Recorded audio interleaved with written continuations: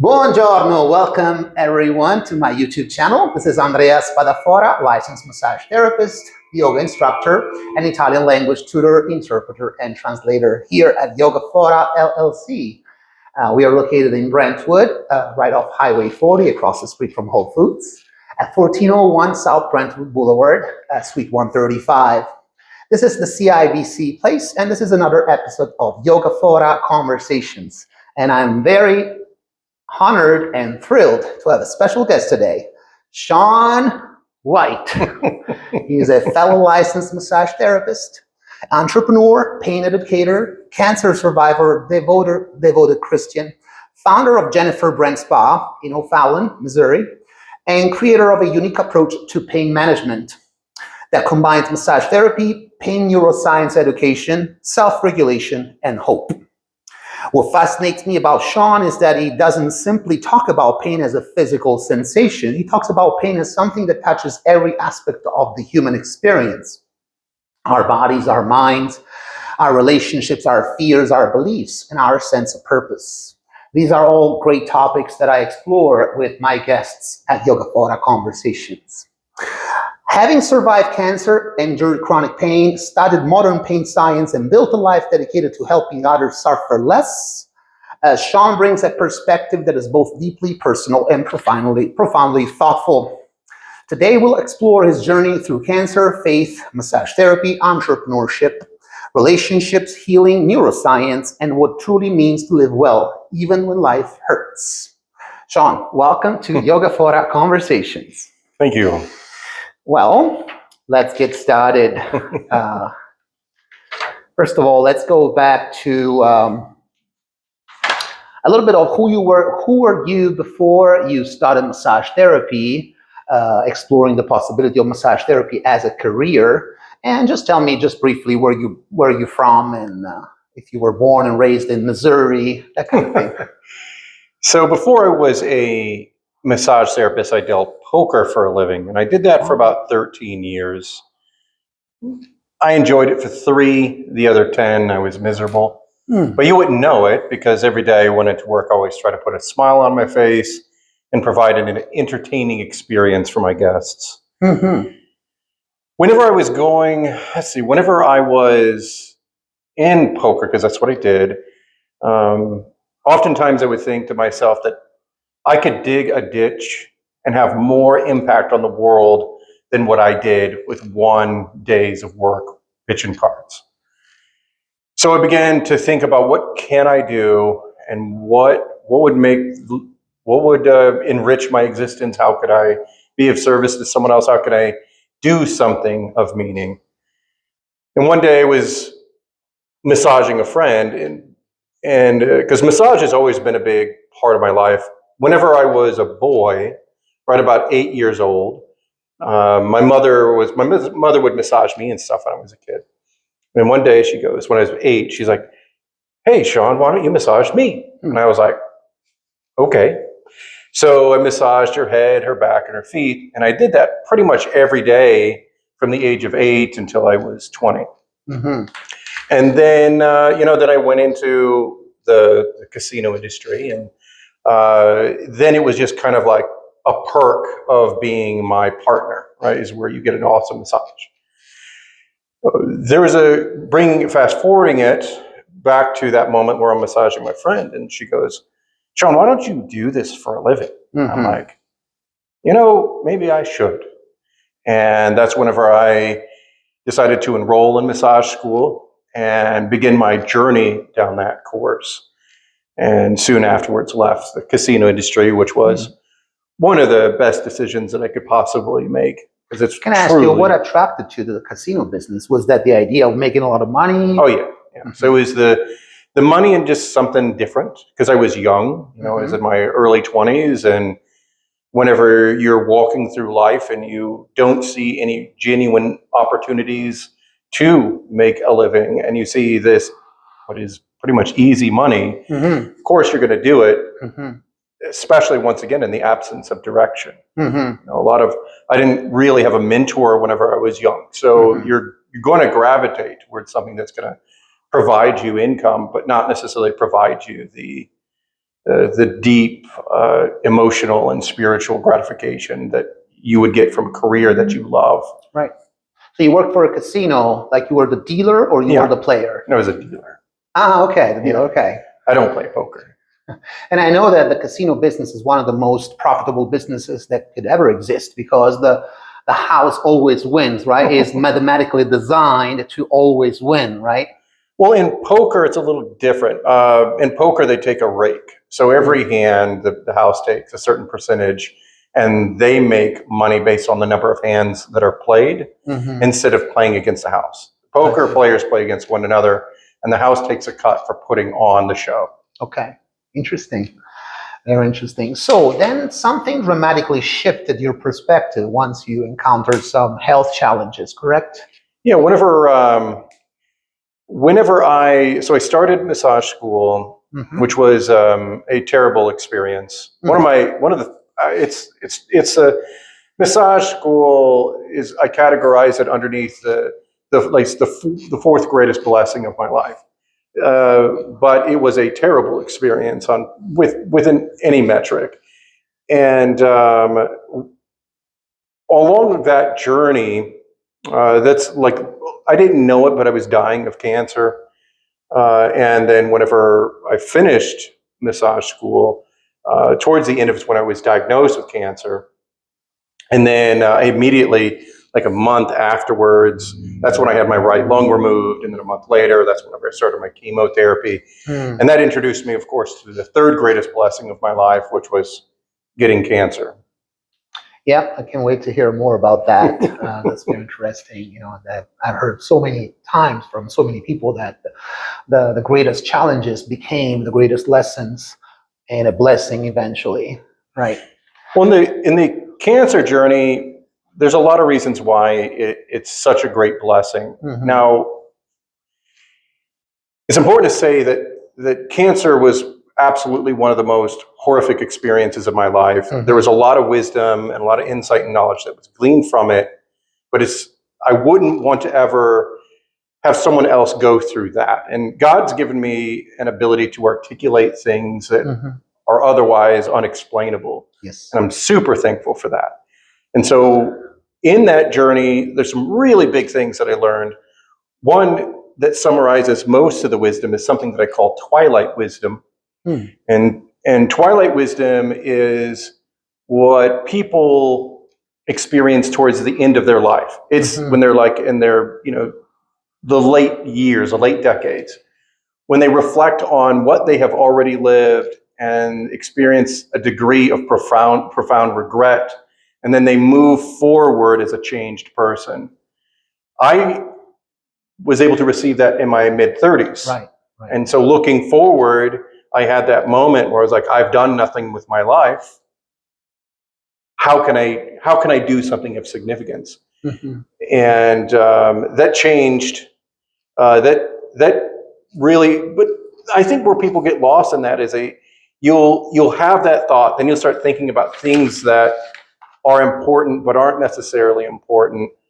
And I think it requires additional layers of introspection and like meditation and prayer to really gain the most from it. And I guess if I were to highlight some things that is really valuable from that is, one is going through cancer introduced me to a relationship with forgiveness. It taught me what hope is.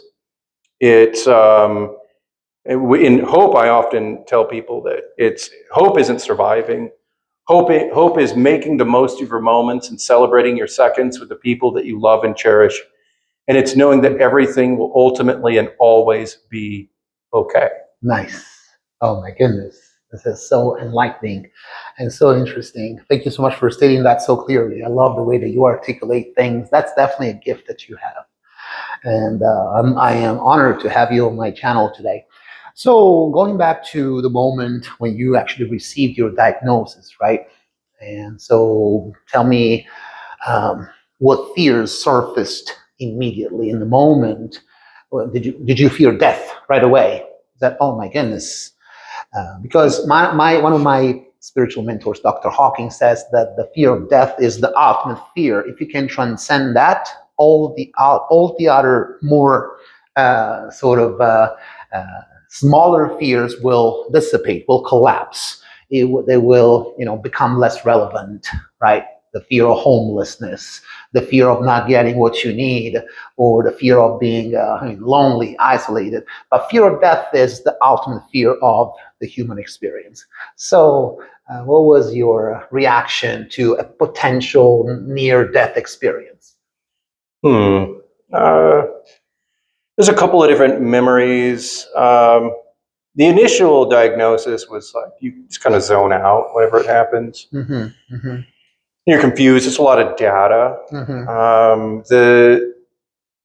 My journey was it's like whenever the doctor said, he was like, he says, when I went, so in this story, I had a whole bunch of like, I had some misdiagnoses, and then you get on the path to find the right person, which is a journey in of itself. And that's really common with a lot of illnesses, but super common with the kind of cancer that I had, which is neuroendocrine cancer. It's ribbon as zebra stripes because oftentimes whenever people hear hoofs, they assume that it's a horse, but really it's a zebra, and they treat you for something that's not appropriate for what you have because they think you have something else, when reality it's this, and that requires a different kind of care. Mm-hmm. Um, I guess one of the most memorable moments, I only really was bothered. I think in total it was like freaked out Mm-hmm. for about 45 seconds amongst Mm-hmm. the different, in terms of being afraid. I think in the journey, excluding like of death, right? Mm-hmm. Of death. Mm-hmm. Mm-hmm. Okay, I remember this lasted for about 20 to 25 seconds, was the night before my pneumonectomy, which is a removal of the lung, of my right lung. Yeah. And you have to do this, before you go in, you got to rub yourself down with this red, orange stuff to get all the germs and stuff off of you. Mm-hmm. And I remember being in the shower and being pretty cool about, I know at this point I have a 20% chance of dying during the surgery. I get another 20% chance of dying after the procedure. But I've been pretty much something you got to do because the pain levels were so astronomical that the trade-off, right? So I could die, sure, but I didn't want to live. I didn't want to live the way it was because I couldn't breathe. I was coughing up blood. My body just hurt all the time, and you can't live that way. Mm-hmm. You can't, because during that time I would go. Imagine going out on a date and you're coughing up blood. There's no. That's pretty. The date's not going to go anywhere. Right. It's hard to find love if you're that dude who's like you got a towel in your hand and you got to excuse yourself to cough up blood, then wash your mouth out, wash your hands, go back, and then even then, how can you even honestly kiss someone if you're always coughing up blood? So it's a big it's a big barrier, and what you're looking at is walking into it, at least, so that during that it's like a quality of life assessment versus I don't want to. I want to live a good life, but I also, sometimes you have to make big sacrifices in order to get there. But one point that I would focus on is I'm in the shower. I'm like super cool as a cucumber, and I put this crazy stuff on me, and then for about 20 seconds I cry and kind of have the realization of the enormity of what is about to transpire, and I didn't even know, I didn't have even a concept of how horrible it was going to be. But I'm thankful. I'm thankful for how horrible it was. I wouldn't want to relive it, but I'm thankful for it. Of course. I want to ask you, a couple of questions that are relevant for this conversation. So, how did that experience change your relationship with mortality? Because, of course, even prior to your bad health challenge, we were already aware of everybody's born with a sense of mortality. Sooner or later, we'll realize that, right? We cannot live more than 100 years at best if we carry ourselves with good health. So did it change your concept of mortality? And now that you're on the other side, I'm sure there's still some challenges that you have to go through. Of course, you're missing a lung. It's not like you're missing a finger. God Yeah. said 2 lungs is too many. That's too easy for you. So how did that change for you? And now are you seeing life through a different lens? Oh yeah, of course. Yeah, definitely. It's a completely different lens. It transformed my perspective of pain, transformed my perspective of suffering. I'd known pain and suffering prior to that, but not to the degree that I had like after the surgery of removing the lung or the chemotherapy.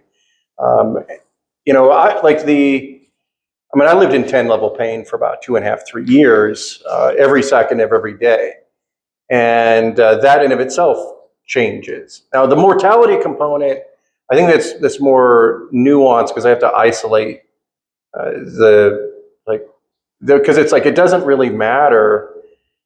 Okay, this is kind of layered. Okay, as a young man, a guy is going to say to you, he's going to say, "I'm not afraid of death." And then if you were to say to him, you got cancer, you're going to have to do chemo. He also may say, I'm not going to do chemo. I'm not going to do this really invasive treatment. And he can say that because he's never done it. Whenever someone tries, whenever you're walking against death, you don't know what you're going to do until you're there. And so I'll say to those guys, like, that's what you say now. Right. Until you feel the power of inevitability and finality knocking at your door, then you're going to have a different opinion. Maybe it'll be the same, but likely it's not. Now, I did chemotherapy. I had the lung removed. Chemotherapy was, I would never repeat it again under any circumstances. I'd rather die than go through it again. It was that atrocious. Wow. And just for my personal journey, for me, it's something that I would never do again. Because I look at the quality of life, and I think that I believe I'm here. There is a purpose of why I'm here. Yes. And I can't do that purpose if I am in that state that I was from 35 to 40. How can I, and the energy level, the ability to move around, it's just, you got to make the assessment of what is your quality of life versus the years that you're going to live, and how do you want to spend that time? Sure. I can see what you're saying about, if you're trying to explain to other people what it feels like, they might have just an emotionally immature reaction from a place of bravado. No, I can do it, no big deal. It's like, even my son, his brain is not developed yet, and he seems to have that sense of innate immortality. I'm young and I'm strong right now, and I can face any challenge. But then, finding himself in the presence of a hospital and, having to go through, I don't know, brain cancer. I tried to expose him a few times to similar cases of similar little friends of his in his own school that have gone through terrible deals in a hospital. There's one of his friends, Emma. She just had some kind of brain surgery, and can't even imagine what she had to go through, and she's still going through. So we're all hoping for the best recovery for her. But this is I have a deeper question for that. So when you're dealing with the medical system, dealing with cancer or any sort of life-threatening condition, you typically go through the traditional modern medicine route. That is, you go to the hospital, they will run some blood work on you, they will find some markers that determine whether you do or do not have potential cancer, and then they will screen you from head to toe. And essentially, they will look for physical evidence that something is wrong with you. In your case, it was cancer. And then you have in your mind, once your ego, your inner personality is hit with that news, you are faced with two roads. You can take the physical route, which is, okay, let's explore what the doctor is presenting me. It may be chemo, it may be, I don't know, take this radiation. I mean, they will offer different modalities, or they even simply say you can just let it go. You can just take every day of your life as a new blessing, and eventually you will die. So there is also another route that is non-physical, and that is the surrendering to the higher power that loves us, right? And what gives us hope, right?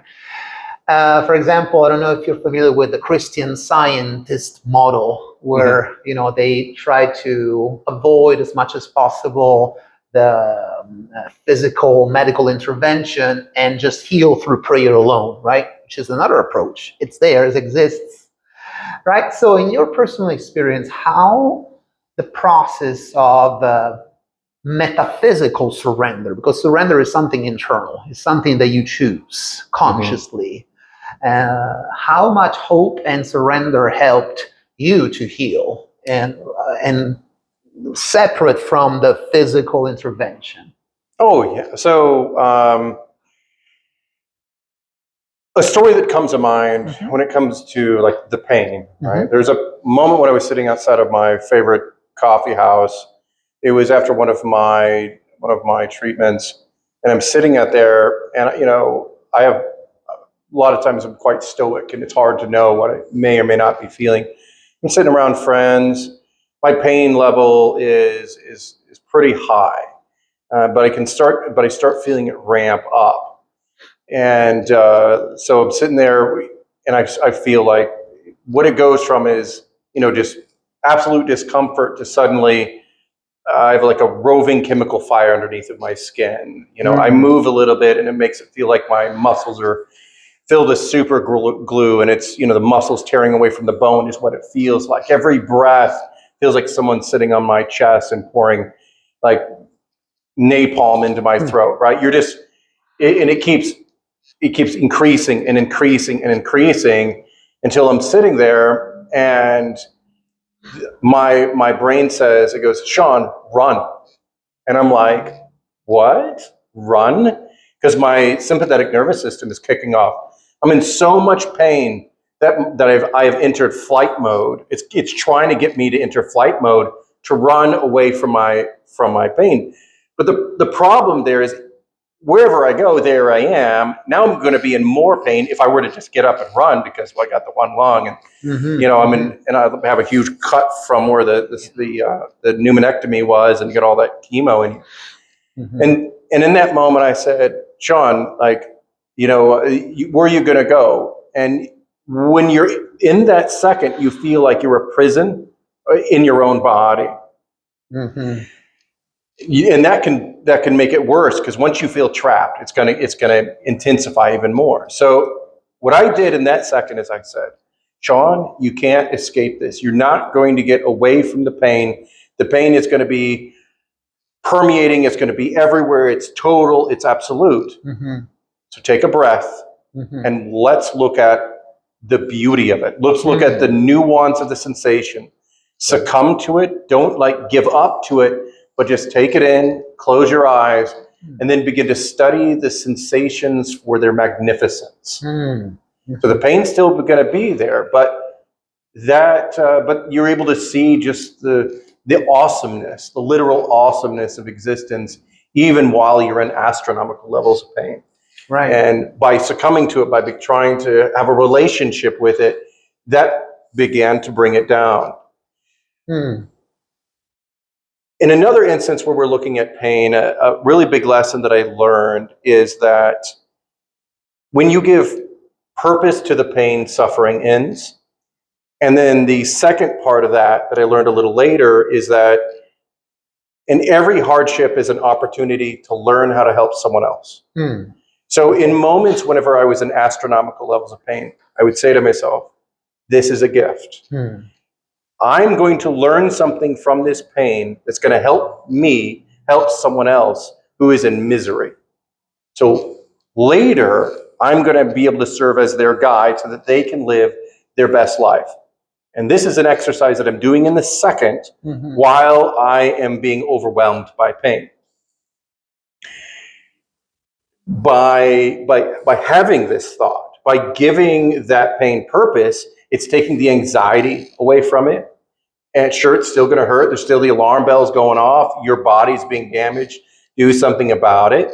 But by taking the anxiety component away from it, it's helping to turn down the volume of that pain. Beautiful. Because how pain works is anxiety magnifies our perception of pain. And it's a crazy snowball effect. It's just this negative feedback loop of where you experience pain, you get anxious, the anxiety magnifies the pain goes up, creates more anxiety, magnifies the pain, keeps going up. So what you have to do is you have to find a way to intercept that feedback loop with something positive, with something hopeful, with something good. Something even more specific is it has to be something that draws you out of yourself. Yeah. So like that thing, that the use, the function, it must be in the service of someone else.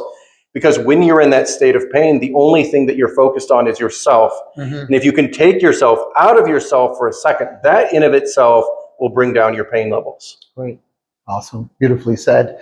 So what do you think about the traditional approach of using painkillers, morphine? I think that all of it has a place.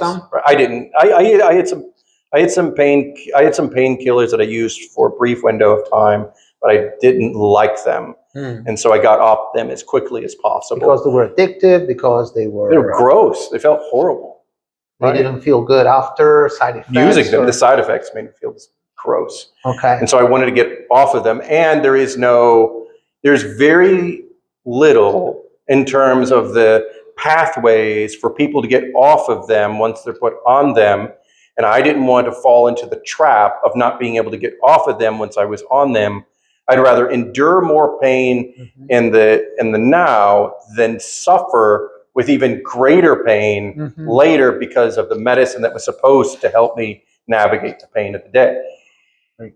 So on that one, like I did my best to avoid it, but I think it's really important. I'm really big on helping people advocate for themselves and helping them make their own decisions. So like, it may not have been right for me, but it might be right for you. And you know that based upon the assessment of your needs and your assessment of how you want to live your life and the quality of life that you want to experience. And I think it's really important to say that because I want to make sure that whoever's listening to this makes the decision that's right for them instead of mirroring what it is that I did in my path.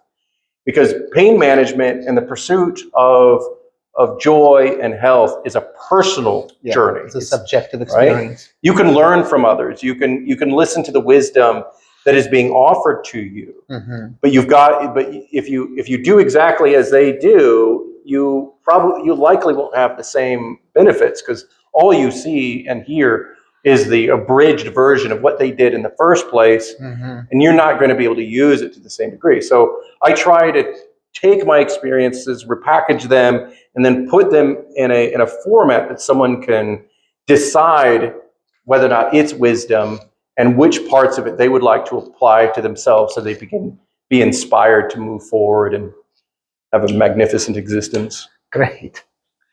Bravissimo. Let's cheers with a little bit of Italian hospitality and your great words. I hope that the audience is enjoying thoroughly his great words. I have two things about, because then I want to talk about pain in general and going more into the technicality of the science of pain. But sticking with the metaphysical concepts of gratitude, hope, and love and purpose and compassion and empathy. So did that experience kind of awaken you to greater levels, to higher levels of all of the above? Oh, yeah, absolutely. Tell me how. How did you change? How did your relationships change? And just your day-to-day? Well, I think that forgiveness is critical in empathy. And I think that empathy is critical in massage. But you can't, I think that our ability to empathize with others is impaired by our ability or inability to, so let me rephrase that. If you can't forgive, it's very difficult to truly empathize with someone else. Not to say that you can't, but it impairs that because if you can't forgive, especially on things that are beyond what your control is, you might not, there's a lot of anger, a lot of bitterness, right? It can push you it can encourage you to become angry and then embrace arrogance, and then which is the enemy of humility. And you have to have humility in order to have an accurate assessment of where you exist in the universe, in order to see where they exist. Right? If you can't differentiate that you are different than them and are on different scales, but no one's necessarily better than another person over the big thick brushstroke of life. You can't identify it, then it's difficult to see the world from their lens, because you might not even think that they have their own lens. Right. But going back to the forgiveness thing is, with forgiveness, that was one of the big lessons I learned through the cancer journey. And it started with, I'm a 35-year-old man, and instantaneously all of my vitality is taken. Right. So your ability to be spry, your ability to breathe, right. Your hope, your passions, your future, instantaneously swept away. And now you're like a feeble, weak, old man in excruciating pain with the potential of no future, no life at all. And that's big. So you have to find a way to forgive that, to forgive, to be okay, and to let it go, and to love it, to find a means to have a relationship with the horrors that we have in life, and to mourn them. Right. That's beautiful. You are, talking about now. How old now? You're now 45. 45. There you go. So we're talking about 10 years later. Yeah. Right. So you're living model of continued strength through what you went through. But I was going to ask you. You mentioned forgiveness, but more in the specific. You were talking about forgiveness to yourself, because all of that resentment, that anger that you mentioned earlier, was that anger directed outward? Was that like you were angry that that experience arrived to you, so you were asking yourself what most other cancer cancer patients say? And the question is always, why me, right? Even like the victim of a burn, people who have 100% burned skin, or maybe they survived a car accident, they say, why me, why me? So that anger, is that anger at yourself, anger at others, or anger at God and the creator? I think it's like just who do you have to forgive in that case? It's not a who necessarily, Okay. right? It's forgiving it's being okay with it. It's letting go of the anger, or because there's sometimes we're angry at things. There's things that hurt us that we can't put our finger on exactly what hurt us. Right. And by isolating exactly what it is, you can resolve it. It's trauma. You're forgiving the trauma. Yes. Move past. That sounds like a great answer. All right. So essentially, you're not the same person, the same man today without that experience. That was definitely a blessing for you. And so let's move to the next topic now. So now you found your path through massage. But as you know, in order to practice massage in the state of Missouri, or in most states with modern regulations, you have to attend an accredited massage school, get your hours, and eventually you can pass the MBLEX, and eventually you can get your license and insurance and practice and open your practice. So tell me, what were your initial expectations about massage school before you discovered that those expectations were not going to be met? Can we pause for just one moment? Sure. I need to use the restroom. Okay. Sorry I was like, I don't want to run off flow. No problem. Go ahead. Are you having fun? Yes.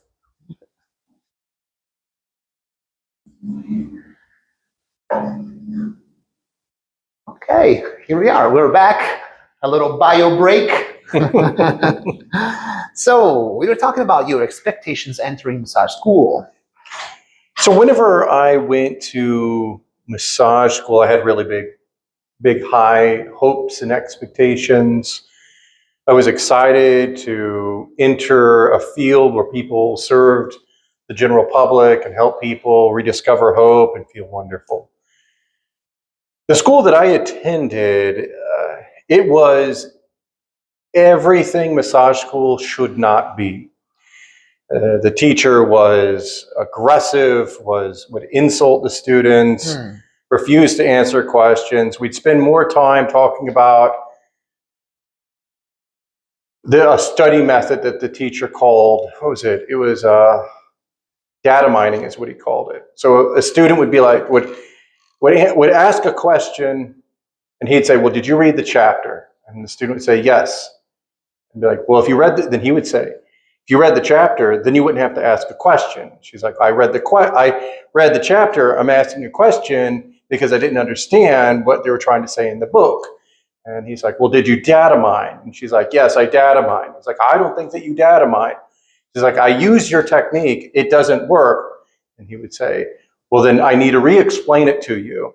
And then he'd spend the next 10, 15, 20 minutes re-explaining the method of how he wants you to study instead of taking 20 seconds to answer the question. Right. That was every day. He would, like the instructor would insult the students, would be using, it was abrasive. It was the opposite of that warm, welcoming environment that people who are going into massage school would expect, and I believe they're entitled to, right? You need to be welcomed with an open, warm heart and to really explore it so that when you enter the industry, you still have a softness here instead of going in and you're hardened by a terrible experience. Well, I mean, not that I want to say something in favor of this specific teacher, but in my experience going through, I was the mentor of a massage school back in Greeley, Colorado, Will County. And I remember, being the mentor, I was sitting in an office welcoming the students that needed some support, whether it's emotional or just like student support, like technical support. And I was also teaching a couple classes. So what I can tell you from interviewing different people at different stages in life is that we all have an ego that we want to validate, right? If I am going to say, Shawn, you're wrong. Whatever you're saying, you're wrong. There is a switch that goes on in your psyche that says, Andrea is invalidating my current condition as I am. Therefore, I'm not feeling good enough. That's the switch that goes on in most people. And so even in that particular instance where one teacher was not providing you enough guidance and mentorship you were expecting, that could also have been a practice of forgiveness. Well, I forgive all that, right? Absolutely. And by the way, it's just so you know, there's also, as far as I know, there's not just one teacher at massage school, right? There's several. Not in this instance. Oh, not in this instance? Okay. No, so in this instance, there was one teacher it was supposed to be one teacher for the entire program every day. And that we had class. But where I do agree with you, if you have moments, you have those like the ego conflict that will exist between instructor and student. Yes. But as an instructor, it's your responsibility to lead, to create a learning environment, a welcoming environment, one that adapts to the needs of all of your adult learners. Yes. Your method isn't necessarily going to work for everyone or anyone. You take the time to get to know them to the best of your ability and find ways to inspire them. Yes. And that's the role of an instructor, is to really mentor and serve as an actual mentor and pave the way, instead of what he did, which was use the class as an opportunity to study for whatever other classes that he had outside of the school. Now, I think that looking back, we all do the best that we can do, and when you're put in a situation where you don't have the skills or the education to know how to teach, of course you're going to flounder, and of course you're going to fail. And it's not all that was on him. I think that a big part of it had to do with the administration of the school of not actually caring about the massage program itself. And that's why I think that massage schools really need to be owned by massage therapists, ran by massage therapists, and not just massage therapists who have burnt out or gotten injured and think that they now have the skills to be an instructor. The skills to be an instructor, what I think it requires is pursuing some additional education that teaches you how to teach. That's the first one, knowing how to cultivate a learning environment. And the other one, which is just because you can do a massage doesn't mean that you can teach it. And the way that you can identify whether that you're actually capable of teaching it is asking, have you ever taken the time to break down what you do second to second in all of your sessions? And can you take that information and put it in a way so that other people can understand it, perform it, and then make it their own? Interesting. I agree.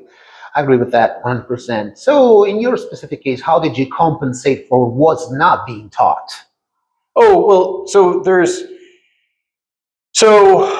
whenever, what you have to do at a certain point in any situation, irrelevant of like how terrible your education may be, no matter what the hardships that you face may be, you can overcome anything. You can choose to rise above everything that you ever faced. Hell yeah. You by tapping into hope and having a drive for life, nothing can block you. Beautiful.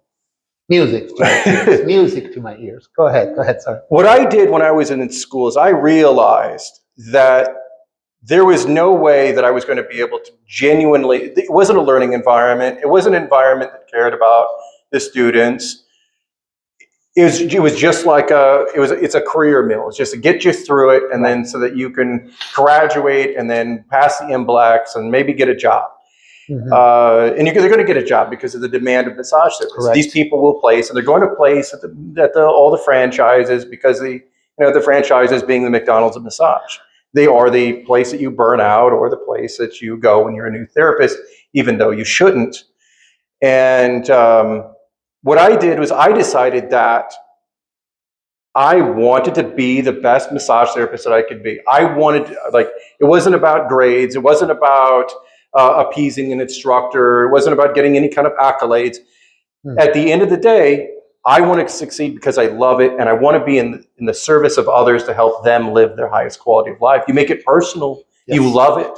Yes. And absolutely. You're working on passion and the expression of your own individuality, which is what we're here to offer. I absolutely agree. You couldn't put it in better words. And in terms of like the instructor, I'm just going to deviate back.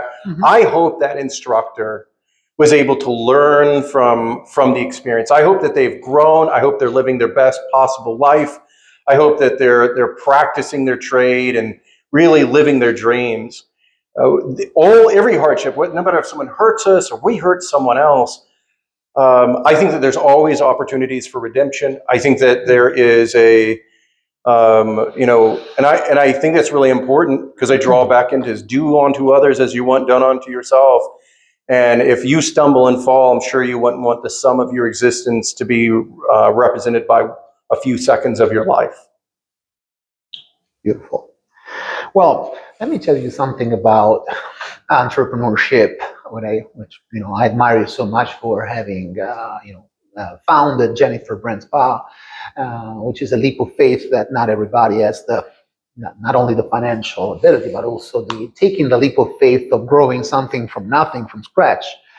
It takes a good solid identity. It's profound, good, strong sense of identity. But fundamentally, as you mentioned earlier, once you go through the traditional model of massage school, you get your license, and then you have options, right? You open yourself up to the marketplace. Now, the option most people tend to gravitate towards is, like you said, the franchises, the Massage Luxus, Massage Envy, Massage Heights, and you name it. And it's the same in other trades, in other professions too. You tend to go toward the big brand names, big names, because that provides a sense of certainty. You know you're going to get a decent paycheck at the end of the bi-weekly period, right? And also, but what's really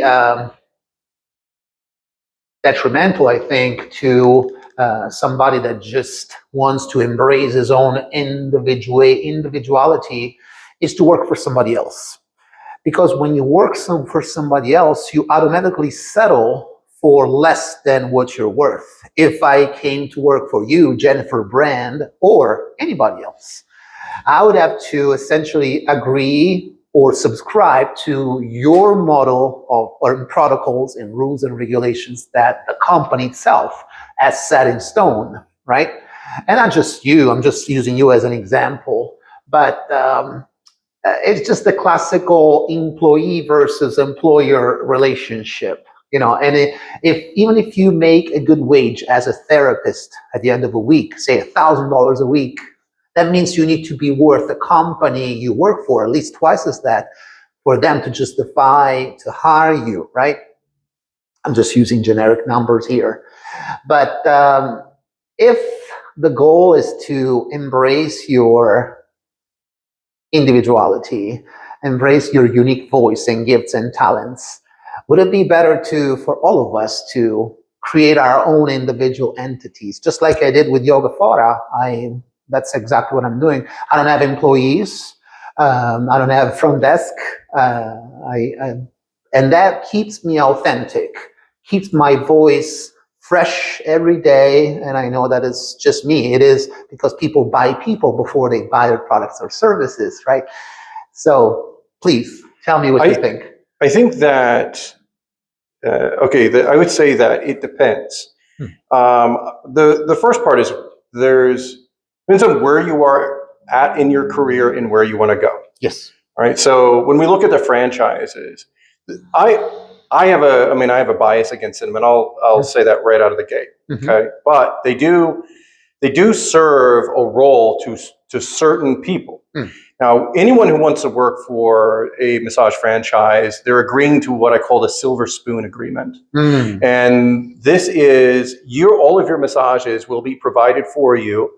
You will be treated as though you were a factory worker. You will be overworked until you likely burn out or break your body. Your career will likely end early, but you don't have to do anything other than come in, do a relatively basic Swedish massage.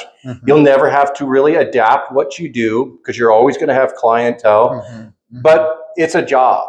Right. It's not a career, and you're not investing in yourself. You're not tied off to someone else who you can grow with, and you're not building your own clientele. Correct. So you make pittance, right? You're going to make pittance because that's the agreement.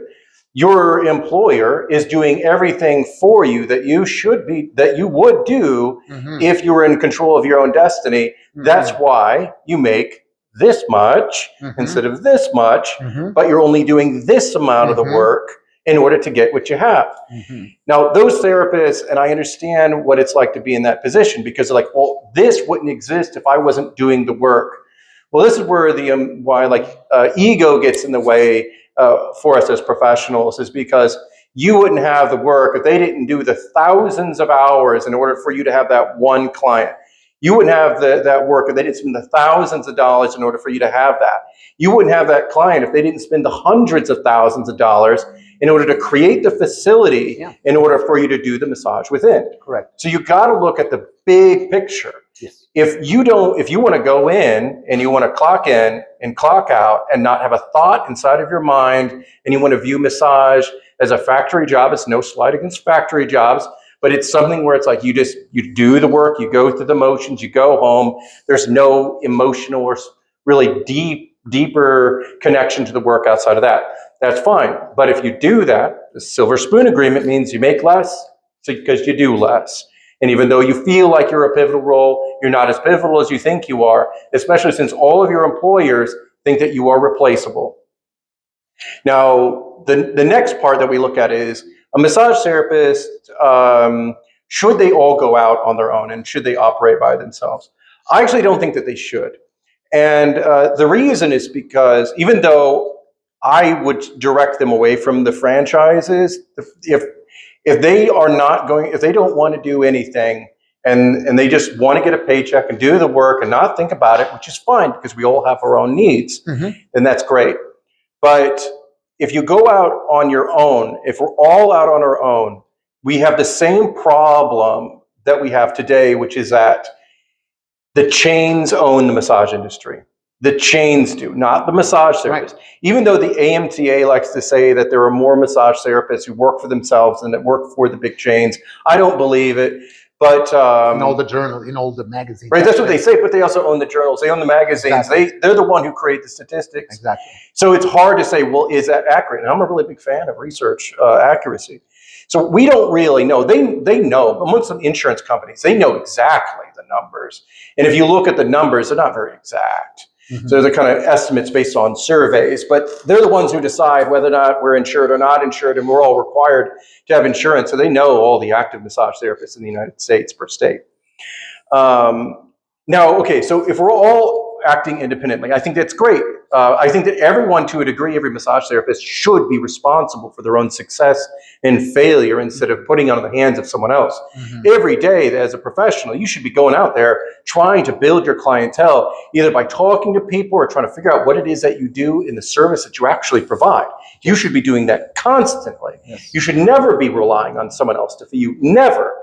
Now, when we're looking at therapists who go out on their own, you graduate from school, you go into the massage industry. I think it is the worst idea to go out on your own from massage school. Absolute worst. You don't know, there's a lot of like unknown unknowns that will annihilate you whenever you go out in the field. A lot of which that I don't even want to cover in this conversation, mm-hmm. but there's like burnout, injury. What do you do in this situation? What about this? What about you're like, I got this crazy situation where I don't know how to navigate this. How do I get multiple things approved in order to get this other thing approved that requires this other thing to get approved before I do this? Mm-hmm. What do you do for vacation? What do you do for, you need additional instruction? Mm-hmm. Continuing education credits are great, but they don't really give you the stuff it is that you need to learn. Really? And if you're just graduating from massage school, you probably don't have the basic skills that you should have been taught as an entry-level massage therapist. I've encountered massage therapists who didn't know that they shouldn't be doing 25 hours of massage in the first 3 months of practicing per week, right? And they ended up with chronic pain and a permanent injury. Yes. You need a mentor. You need someone who's going to actively guide you through the process of becoming the massage therapist of your dreams to help you get to that point. Mm-hmm. And I think that the way that that's done is that you work for another massage therapist who legitimately cares about the industry, cares about their clients, and cares about you. Because if you don't, you're floating out into the ether, going to be gobbled up by the meat grinder of massage. You're going to get lost. You're going to lose your way. You need someone to mentor you. Right. But let me, this is all great. I agree 100%. Mentorship is absolutely essential, but it all starts as a commercially driven deal. In order to open up a franchise like Massage Lux, for example, sure. You need some liquid funds. You need to have some kind of investor or investment funds available, either in the form of a bank loan, or you have some, rich uncle that will lend you the money, or you have the money yourself, right? I mean, we're talking about at least, I don't know, maybe $500,000 to open up, to just stuff that you already know. So you need something that is, in fact, those franchises are sold turnkey. We'll give you everything you need to know as a business owner. Business owners, sometimes they are not massage therapists, by the way. They're just investors. Yeah. They just see the opportunity to make more money. And then, of course, the massage therapists are just like pawns on a chess set. And it's unfortunate because I've seen, even myself, I worked for somebody else for about 20 years. I have worked for several spas and wellness centers, including franchises. So now, there's one point I wanted to answer because I think I stepped over it. Yeah. It is, okay. I think massage therapists need to be working with massage therapists because if we don't, then we're never going to be able to stand up against the big chains. We have to be a community, a strong community that pools our resources and knowledge and networks so that what is massage is represented as massage. And we're able to reveal to the public what a magnificent massage is, and to showcase what that is. As individuals, you, I, Framon Delandolo, whoever it is, whatever massage therapist there is, You don't have the capital to stand up against the raw marketing power of these monolithic entities that are the chains. You're not going to be able to do it because most massage therapists are just regular people scrapping things together, trying to do something awesome. But whenever you log into your Google ads, you're like, what the heck am I supposed to do? Correct. And I think that if we work together, we can rise above that challenge, and we can really show the public what a magnificent, safe, and life-changing massage can be. Now, Shawn, I want to ask you, because I'm so fascinated by your entrepreneurial spirit and skills, and of course, the way you articulate thoughts is just beyond the charts. And that's why probably you do every Wednesday you go to a public speaking opportunity. You do, what's it called? It's called Toastmasters. Toastmasters. It's just a beautiful community of heartwarming souls who encourage one another to learn how to public speak. And whether or not you're trying to figure out how to put together the perfect speech for your daughter's wedding, or you want to be better at putting on what is the thing, PowerPoint displays for at work, or actually go and do motivational speaking, it will help you in all of those ways. And I think that Toastmasters, if you like networking, I think Toastmasters is really the best kind of networking, because everyone there it's like you have a shared hobby, a shared interest. You legitimately care about one another's growth.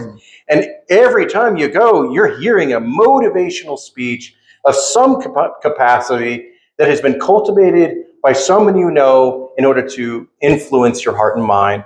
And gotta check it out for sure. It's incredible. If Toastmasters is an international organization, and there are chapters all over the place, so you don't have to come all the way out to my neck of the woods. No, there are plenty of incredible places. But my group, my club is pretty amazing. So I want to focus specifically on Jennifer Brand, because I'm so fascinated by your journey. So how did Jennifer Brand Spa begin? And did you have the financial means at the time to open up a spa and take the leap of faith and rent the space? And how did it all start? If you want to share. If you don't want to share, that's all good. I'll go into one of the reasons why I started Jennifer Brand is because what I saw was I wanted to create an oasis for massage therapists to come together and really explore what it is that they do and live their dreams. My staff and how I work with them, the people who work with me, I want them to do what they do best. I want them to do their massage. I want them to do it however it is that they believe it needs to be done. That's the way it's done. Whereas I know that most, like the term spa, a lot of times you do this formulaic massage and this is how it's all. Some spas work that way. We don't. I look for people who live and love massage, who want to provide the best experience every time that someone comes in. And it is that personalized experience built upon the background of the individual massage therapist, their unique approach. So that's what I look at. That's why I say that why I'm such a big advocate of coming together as massage therapists, pulling our resources with one another in order to create something that can compete and in our own, compete's not even the right word for it, because if you try to compete with the change, you're going to lose. You cannot, as a massage therapist, the massage membership system that they use is not a massage membership. It's a sunk cost fallacy membership that gets people stuck in it, and they're big enough that they can support it. Yes. So now let me ask you, Shawn. This is awesome. This is awesome. You're just definitely revealing stuff that we deep inside already know, but the way that you articulated is masterful. It's beautiful. So what were the biggest challenges in the beginning, and what risks did you take? Oh, well, you put everything into it. Your whole life rides on that. Tell me about it. It's whenever I started it, I guess how many years was that in? I started Jennifer Brand, I guess it was 3.5 years post graduation, which would put me 3.5 years into my cancer journey. And I was just starting to come down in pain levels. So I was sitting around like a daily 8-level pain level. But what I was looking at was I wanted to make a difference. And I thought that I only had at that point about 2 years left to live. Wow. So, because I was operating under the presumption of a prognosis that was 5 years post-diagnosis. And I was like, okay, if I only have a handful of years to live, how can I make the most meaningful impact that I possibly can? And the idea that I had in mind was, okay, I could start this thing and then find someone who loves massage like I love massage and is passionate about helping people like I am, and give it to them when I die. And that way they could start where I was, and since they're going to live longer, they'd be able to do something really significant with it. And in order to do that, I use what I call the winds of entropy, which is that plays into death, which is you think you're going to die, but instead of being afraid, you use the power of that inevitable death to push the sails of your ship forward. Nice. Okay. Now it's powerful. It's incredibly powerful. So let me work 15-hour days for 2.5 years straight every day. Mm-hmm. It's not good for you. And I had to let go of that, because if using entropy to push you forward causes every aspect of your life to decay and decompose until it falls to nothing but ash. We need to be propelling our lives forward with love, with hope, and with life, not the inevitability of our end. And that was one of the most beautiful things that I ever learned, was that life is what should move us, not the fear of death, not the fear of something that we're going to miss, or that we need to create a legacy for someone to remember in our absence. Yeah, but you had to build a boat. You had to build a boat. You had to build a ship. Yes. And so it took you to, those 2 years of what I call, in the personal development world, we call the by me energy. We want to shape the world by your handle. You're going to mold the world around you until it fits your picture, right? That is what an entrepreneur does, right? You let go of the bad or good opinion of others. No matter what's going to happen, I'm going to build it because I decided so, right? And then once you build a ship, you can flow into another, what we call the flow state in the personal development and in just this circles. We talk about the flow state. It's where life happens through you rather than by you. When things start to happen, synchronicities start to occur, and you get to meet the right people at the right time before you get a chance to actually decide that, right? So, at the beginning, you took challenges, you took risks, and did you make mistakes? Oh yeah, of course. Made all sorts of mistakes. Did you hire and fire the wrong people? Did you?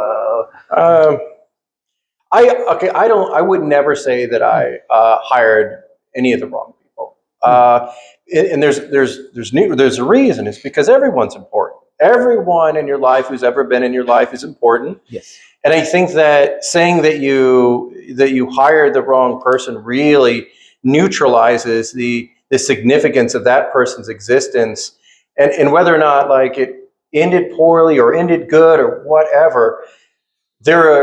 They are significant, and the role that they play in your life is significant as well. So I think there's things that you can learn from it. I think there's things that they can learn from it. And but I'm thankful for everyone who's ever worked for me. And I have a positive opinion of, I think, everyone who's ever worked for me, because because they all of them have a spark inside of their heart that really sets them apart from everyone else.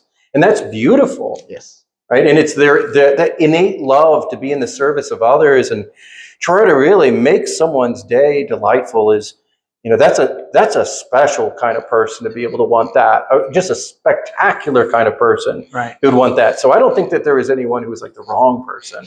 How do you balance being now a massage therapist and a business owner?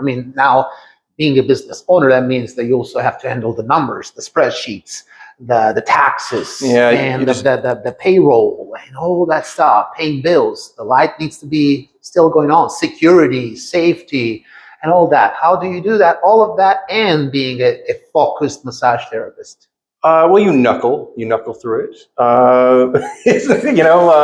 You knuckle through it, and then the other part of it is you got to make it a labor of love to the best of your ability, and to lead from a position like a good place, and do the best that you can do. Because I mean, there's not only that, do you have, like, if you're running a business, you're running your business.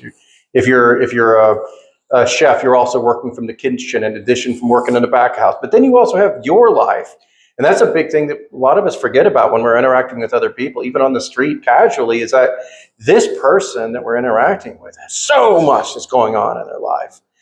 I think that it's just, I mean, I think a big part of when we're dealing with complex situations is to actively mourn the phases of our life. Something is always is fading out, and so we got to mourn what that is. Looking forward to the future, having hope, making the most of all of your moments, self-regulating, and finding soft spaces in your life. And a soft space is like where you that enriches and invigorates you and reminds you that not everything in existence is rough, tough, and gruff. We all need that, and that's why, like, massage is awesome, because it helps remind people, there are things that feel good. Yes. Right? This is safe. It feels good. It's all about me. It's like a moment for someone to be at the absolute center of attention of someone else. I like to, whenever I do massage, I make my client, I say, I put them at my center of attention, at my undivided attention. Right. And the exercise that I do that is I pray beforehand. It's private, right? I'm not going to make someone endure my own prayers, right? But I do two things. One of which is I get a little prayer asking for guidance to help my hands help my client discover peace, ease, and pain relief. And then I say, if I had Christ on my table, how would I massage him? And I give that same care and attention to my client. So That's great. Yes, I was going to ask you this question anyway, so this is beautiful. But let me ask you one more thing, because let's talk about reacting to a situation where evokes anger in you, right? Anger is can be both positive and negative. It can either build or destroy, right? So inevitably, a business owner must go through situations where become trigger. So how your experience over these years of Jennifer Brand, how have you managed to transcend anger, both with clients and employees and just the people around you?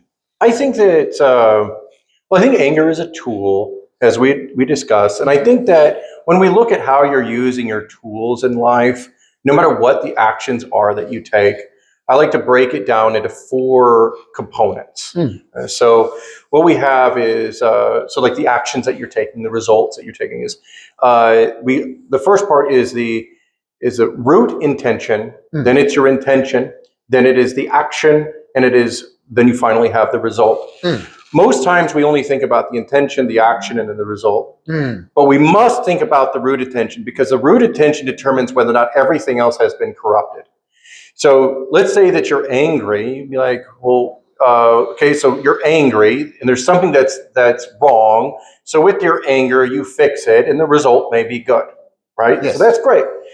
But you don't know if it's great because we haven't looked at the root intention.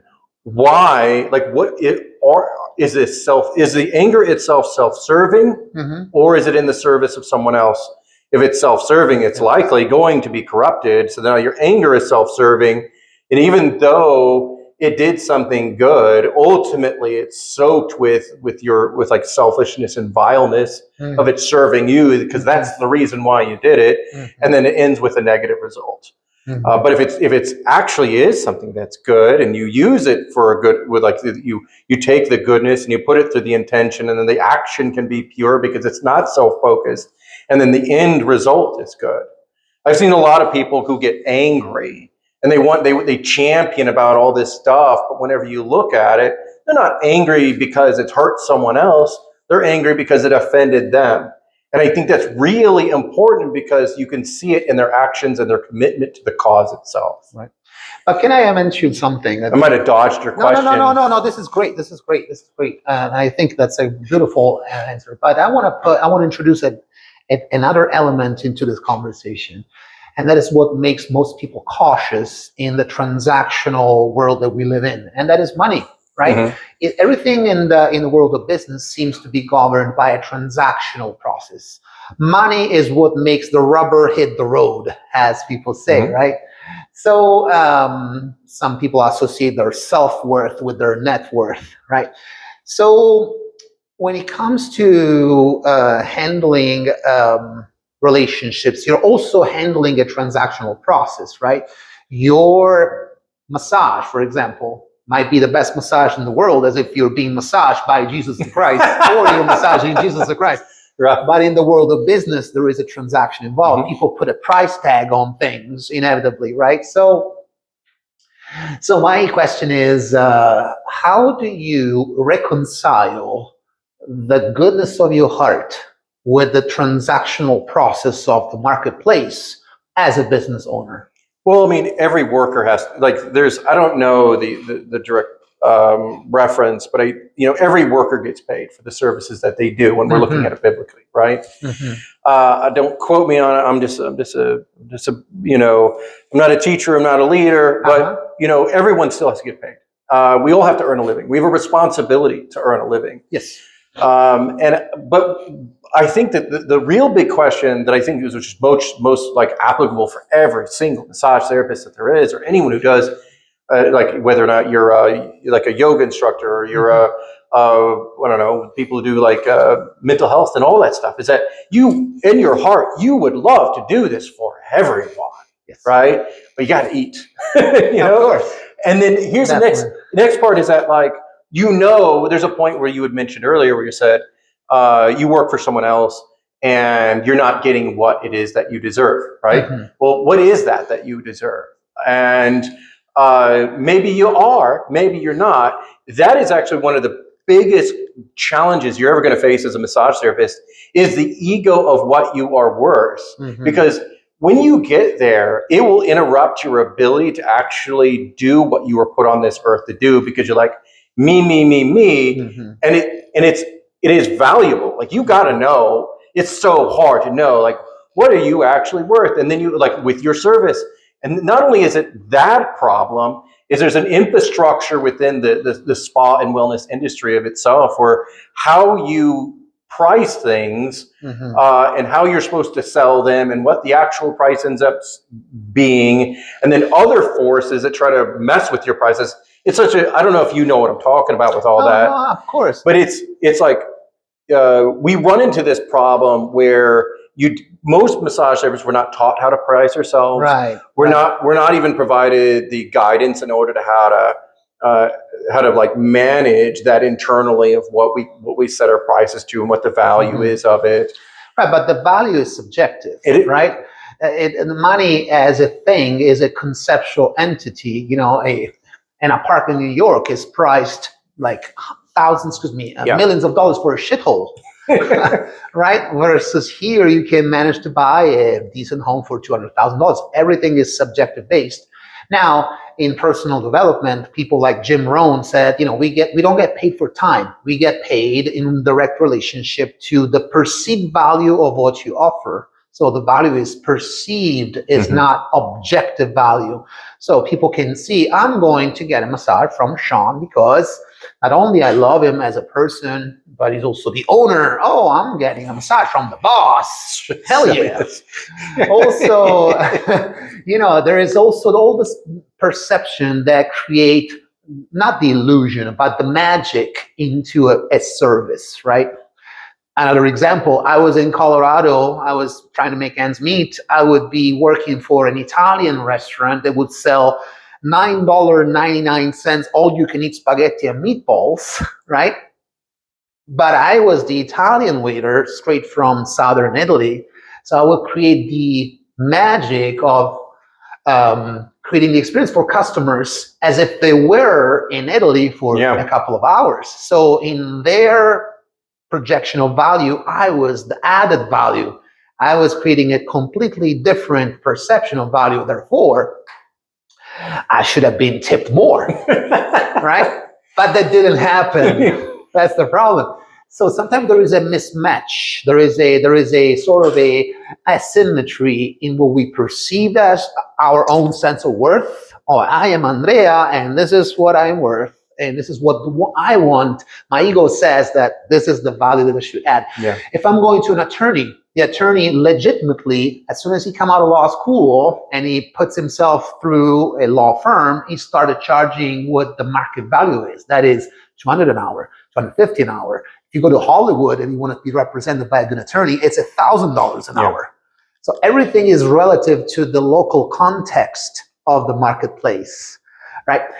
When I was the director of the clinic and the lead student mentor in Colorado, I remember vividly that I used to tell my executive director, the lady that owned the whole building, I said, if you want me to do the best job, let's take money off the table for me. Let's have the people of the front desk handle the transactions so that I, the director of the clinic, can show up as a neutral entity that is not governed by the money portion, and then can signal authenticity, transparency, and the goodwillness of heart, right? So that was my personal experience when I did that, only to realize that unfortunately I was getting poor. I would be paid still $15 an hour minimum wage. I wouldn't even have the money to pay for my barbershop, right? Just to embody those deeply ingrained, beautiful, noble values of love and gratitude and service.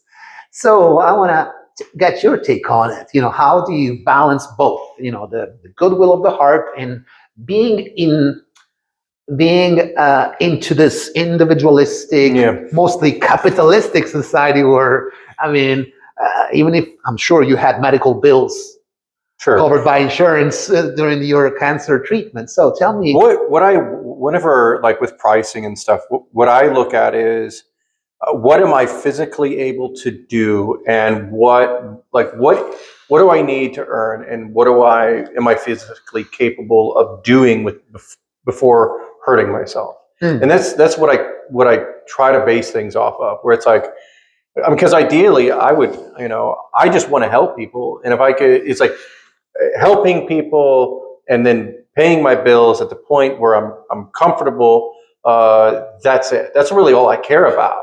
But in what I weighed against is that I have physical restrictions that prevent me from doing 40 million massages. Right. Right. So physically and locally bound, of course. Yeah. So it's not scalable as other industries. Right. It's even amongst other massage therapists. So it's like, I look at, there's some massage therapists who could do like 40 and I'm weak, and that's crazy.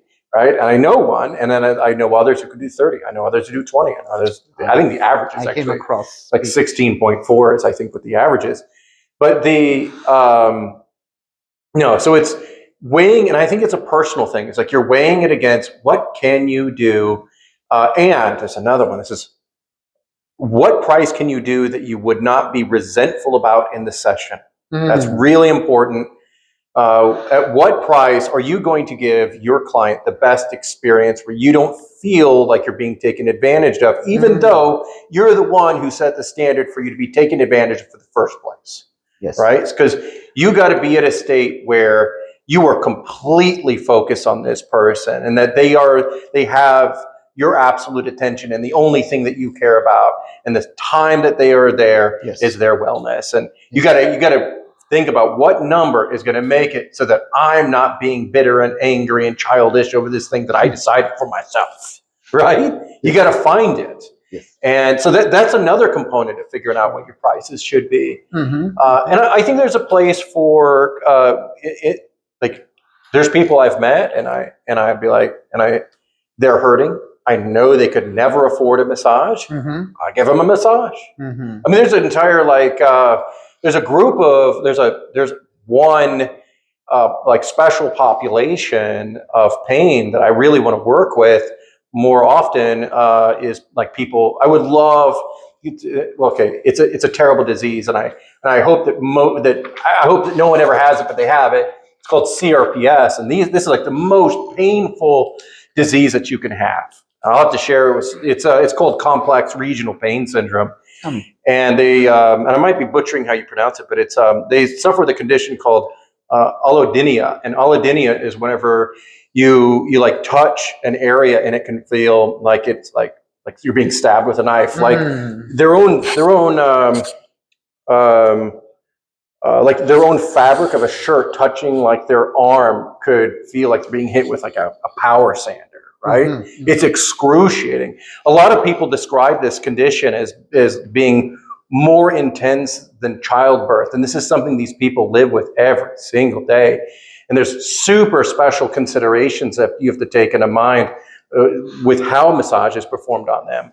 And so I do a lot of research, because even though they're super rare, I'm always like, if I ever encounter another person who has CRPS, I'm going to know my stuff so that I can make sure that they have the best possible experience, can walk away with a massage that doesn't hurt them. And like if I had someone who had CRPS and they're like, and their doctor said it was cool for them to get a massage, then I would be like, yeah, and they couldn't afford it. It'd be like, hey, let's try something, and let's try to get you to a space where we can get you feeling better. Or someone who's just in a whole bunch of pain, and it isn't necessarily something that's like, like a pathology or something. It just hurts like crazy. Like, there are people, like, that's the other part, is that the altruistic, we have the opportunity to give because we want to give. Yes. And I think that's really important for massage therapists to do, to give, and without having for it to be always paid for in special considerations, instead of it all being transactional, because when you do it, it helps kind of bring harmony to it. You're taking care of yourself, but you're also bringing peace and comfort and goodwill to others who need it. Thank you. Great. This is the perfect segue to the next topic, which is your specialty, and that is pain science and neurotags. Okay, so this is more about technicality of or some of the. We're gonna, of course, just give a little intro, because we're not gonna have time to go into the old intricacies of the subject itself. But tell me about first what first attracted you to pain neuroscience, and why is understanding pain is so important? Okay, so I lived in 10-level pain for about 2.5, 3 years through my cancer journey, and then it went down. I guess it was like about an 8-level pain every day for like 5 or 6 years. I don't know. The time, things happen so fast. All I know, it was a lot of pain for a long time. And I'm sorry. Well, it was getting cancer was the third greatest blessing in my life. But I do appreciate your empathy. Yeah. But it allows for this great conversation right now. And so I had to find a way to live with that. And when you are in a level of pain that makes you want to cry every day, you got to find a way. And so I did a combination of like massage and like various emotional exercises and self-regulation and doing whatever I could. And I've always been an avid researcher, and I kept hunting, like what makes sense. All the stuff that just doesn't make sense, or it's rooted in something that you cannot change. And then I happened upon the work by a pain neuroscientist by the name of Lorimer Moseley. And I just dug in, and how he explains the pain system is transformative. And a lot of the approaches that I do has been inspired by his pain neuroscience research and the way that he communicates with like his patients. And so you got to give the credit where credit is due. Of course. But you adapt it and you change it and you find ways to explain it to people so that they can understand their pain. And his wisdom, unlike the stuff that I learned from him and some other neuroscience research, it helped me realize that I could have a relationship with my pain, and that we can retrain our brain so that it refrains from creating unnecessary pain. And that's because So like to understand when we're looking at the neurotags, Yes. neurotags What are is a neurotag? yeah, What what is a exactly is a neurotag? neurotag? A neurotag is like a concept Hmm. that represents a collection of neurons and or neurological mechanisms that are going on inside of the brain, Mhm. and they are like memories and patterns that your brain uses to assess safety and danger. Mm. So neurotags are divided into two types. There'd be SIM and DIM, which is like a SIM stands for safety in me. A DIM is danger in me. And it's whenever you're, and I sometimes with my clients is to make it easier for them to understand, I say positive and negative, right? So if it's safety, it's positive. It's danger, it's negative. Mhm. Now, whenever, so all we move to the next part, which is I want to understand the neurotags, is that all pain is in your brain. Okay, now before I put a huge, that's in bold, that's in caps locks, this next part that I say is that like there is no switch in your brain that you could just reach in and flip it off. And I know that personally because whenever I had my lung removed, within the first 14 hours of my surgery, I went without any painkillers for a total of, I believe it was like 2 hours or something. And it was like, that's when you are in, you scream so loud you don't have a voice. Doesn't the body or goes into shock and you just pass out? I didn't. You didn't. Okay. No, I wish it. That would have been great, but it was at a. I mean, it's just absolute overload of pain. But there was nothing in me. If there were a switch to find, I would have found it. And that experience was a blessing. Okay, and it's a blessing because it provided me with the ability to empathize with people who are in astronomical levels of inescapable pain. So it says, sure, we can't reach in and flip that switch to turn it off, but what you can do, using your understanding of neurotags and the plasticity of the brain, you can learn how to train your brain so it has positive associations with touch and movement so that it no longer creates unnecessary pain. Now, the danger neurotags, what they're doing is they are giving you notifications that this activity or this action or this movement is going to hurt you. So like, if you're doing, you hurt your foot, right? Let's say you hurt your foot, you actually get cut. Well, that's not pain that's coming from your foot.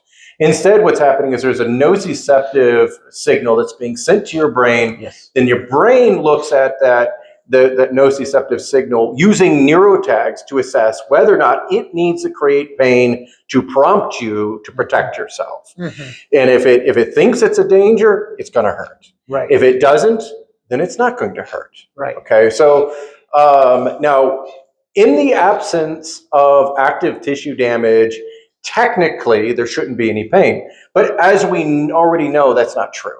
Right? There were times whenever your body will hurt, even though there's no damage. There's no damage. Yeah. Right? Now, the reason why that hurts is because your brain is using negative neurotags to remind you to protect it. So it's making it hurt so that you don't do things that make it hurt. And what you have to do is retrain how your brain, you're trying to introduce positive neurotags. So it identifies safety. And whenever the brain feels safe, it doesn't create pain. One of the ways I kind of talk about what chronic pain is you ever see those kids who have like leashes on them out in public? Leashes on, yeah. The leashes, right? And you're like, man, that's crazy. But the reason why those kids have those like strings on them isn't because necessarily the parents are crazy. It's because the kid's crazy because he's trying to run out into traffic or, stuff like forks into power outlets and stuff. And the parent is doing it because they love their child and they don't want to see them get hurt. And so they've created this tight leash so they're not being all wacky. Well, whenever you're experiencing chronic pain, your brain is a parent and that parent loves you. Yep. And so it's using that leash to keep you from hurting yourself. That's what I do with my son. Now, let's say that your son does something and he gets grounded, right? The way that he gets out from being grounded is by earning your trust, right? So our life, a relationship with their pain system mirrors the way that a parent's relationship with their child. So if your pain system doesn't trust you and it has a leash on you. You've got to earn its trust. And the way you earn its trust is by doing healthy, safe behaviors that rebuild that trust, by creating these positive neurotags so that it knows it doesn't need to create pain to keep you in line. So it's pretty amazing stuff. Totally. What is central sensitization? So central sensitization is whenever your central nervous system is elevated, which is causing it's like amplifying the brain's perception of like nociceptive signals and how it processes the neurotags to determine if there is pain and to what degree of the pain that it should be created.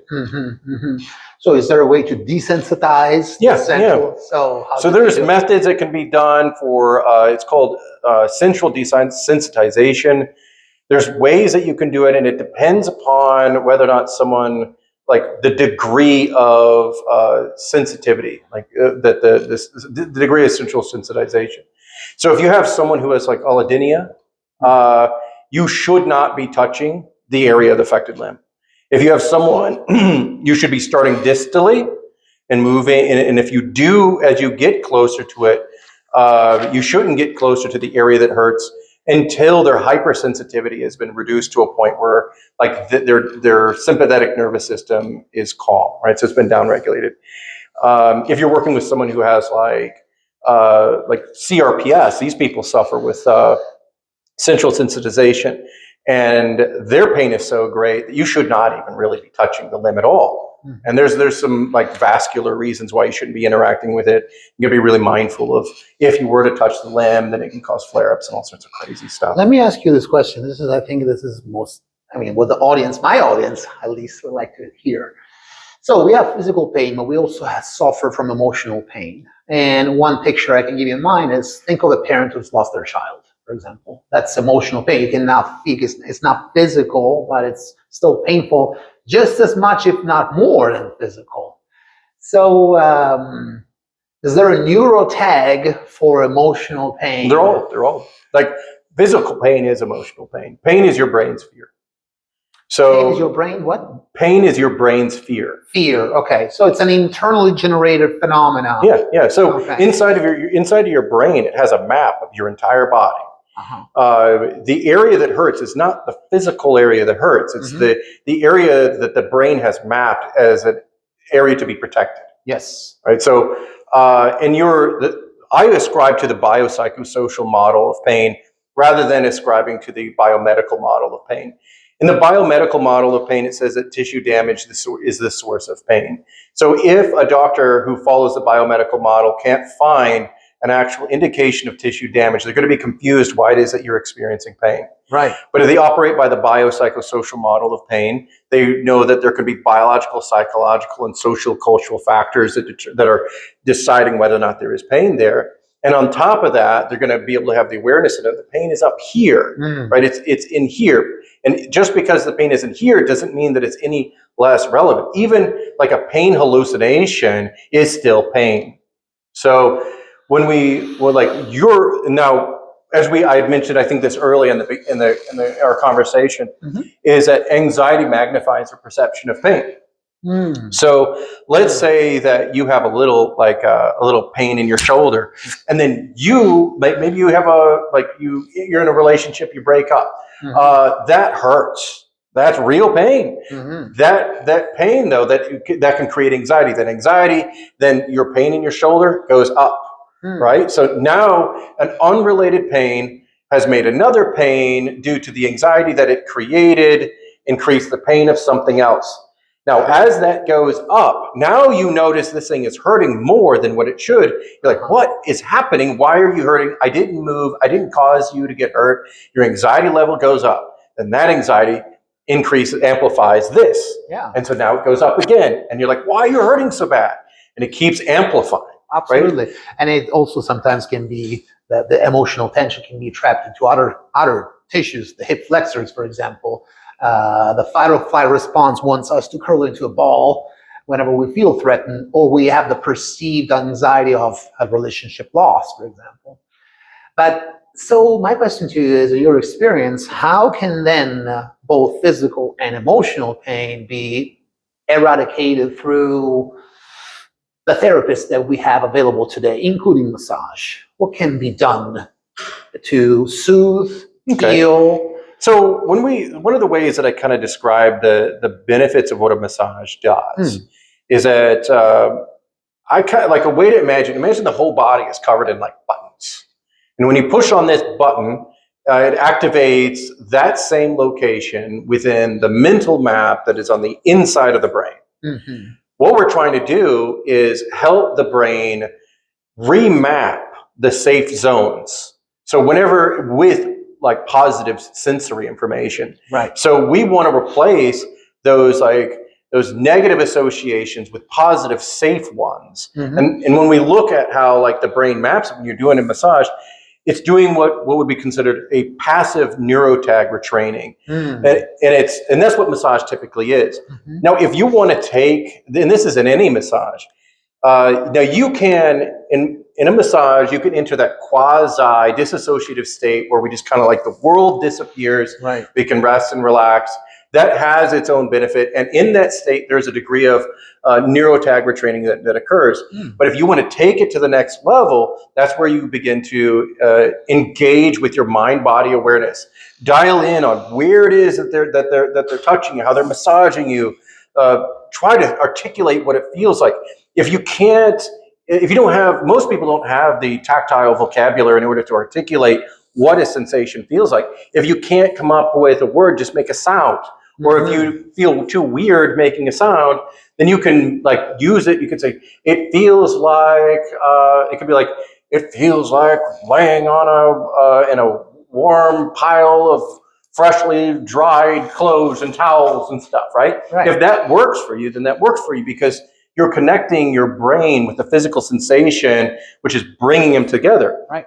And the really cool thing about that is that when you create that mind-body connection, you're actually improving your brain's interoception, like its baseline understanding of like some of the autonomic functions, because like your insular cortex relies upon like interoception in order for it to understand the body, and the insular cortex serves as like the bridge between the body and the mind. It's like it's the place that we use that helps you identify the difference between a platonic handshake and a hug from a lover.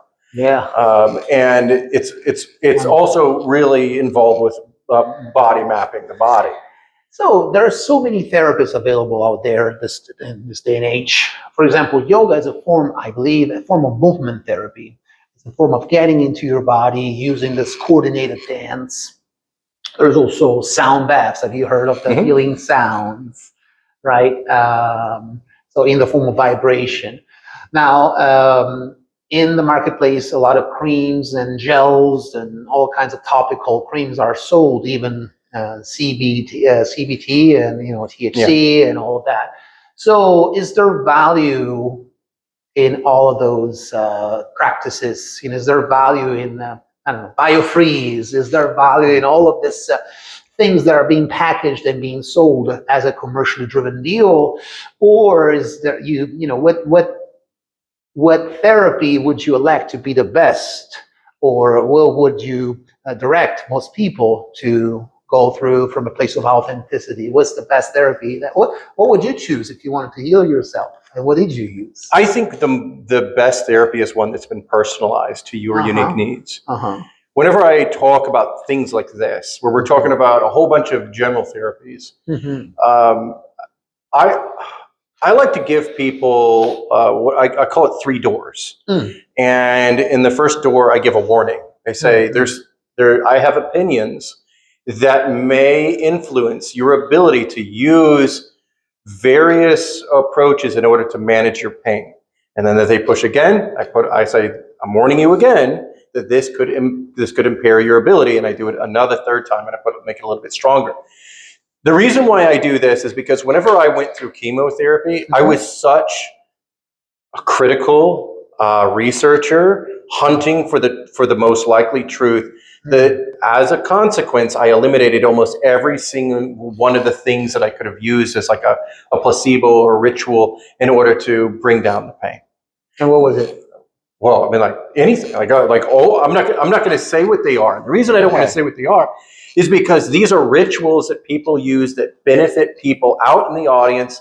And I don't want to use like what I have learned that may accidentally disprove something that they know works for them. Because my goal is for you to live a life without pain. And we need our rituals. Yes. Right. So the only times that I'm really going to like get in the way is if I think that that is actually putting your well-being at risk. Right. So if you believe that putting like mayonnaise in your hair helps you, fight your pain, well, who am I going to say? Right. But if you're like, oh no, it helps me to smash my hand with a hammer, I'd be like, you probably shouldn't be smashing your hand with a hammer. I don't know who told you that. Right. But there would be a better way for you to manage your pain than that way. So it ends up being like, I look at it more from what is hurting them. Is it possibly hurting them? And then the next step is, do they really want to know the research that I've done? Do you really want to know? Do you really want to know? Because sometimes we ask questions we don't want to know the answers to, and we don't know how we can eradicate or destroy ways that we're able to manage our pain with things that are innocuous, that aren't going to hurt us, but we believe they're going to help us, so they do. Right? Does that answer your question? Definitely. And I want to ask you more about what is the role of body work in healing pain, both emotional and physical. More specifically, should we, as massage therapists, should we sort of prioritize more the nervous system regulation that comes from being there, nurtured and touched by loving presence, of course, professional presence. So is that the healing itself, is it coming from the source of the touch, the external touch, or is it more a physical, internal experience that the client is experiencing on the table? I would answer this is to say that I think it's really important for the client to be responsible and to be able to accept the success of their own healing. Right. If I take the success of your healing for myself, then you won't have the ability to advocate for yourself and seize control of your health in the future when I'm not there. My ultimate goal is for my clients to be able to achieve their highest quality of life in my absence. I want to give them the tools to be able to do that. Yeah. So there's two parts. One, spiritually, I think that God is going to be the source of healing, and it's going to be the individual themselves. What I do is I'm just a tool to help you feel terrific. I am a guide to inspire you, to maybe open your eyes up to some ideas that you might not have considered, and to help you get on the path that's right for you. But at the end of the day, I'm not healing you. I'm not a wizard. I'm not a sorcerer. I'm not the Messiah. I'm just some dude who knows some stuff and hopes that he can help you heal and have hope. That's fantastic.